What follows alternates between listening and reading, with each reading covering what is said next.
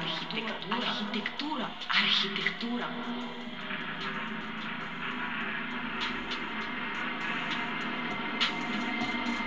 Наградата за архитектура ще бъде връчена от архитект Владимир Дамянов.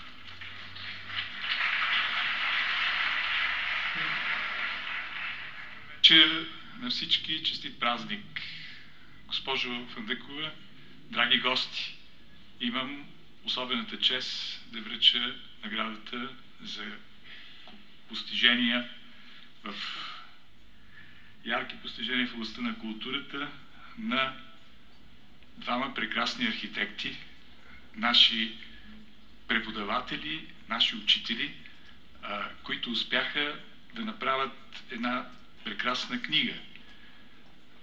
От няколкото хиляди останали прекрасни жилищни сгради в столичния град, те подбряха около няколко стотин, няма да цитирам точната цифра, направиха един прекрасен албум, един споменник, един чудесен документ, който ще остане за всички софиянци и особено за нашата професионална архитектурна колегия.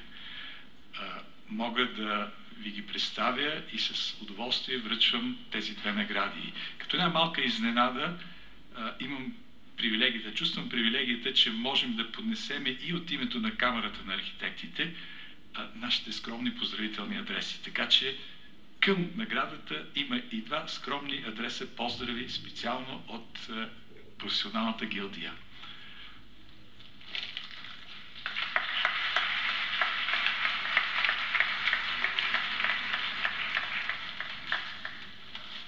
Позволя да цитирам имената на нашите колеги: архитект Кирил Русков,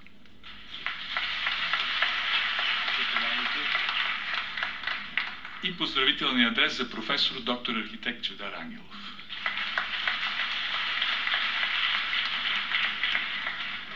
Добър вечер на всички, честит празник.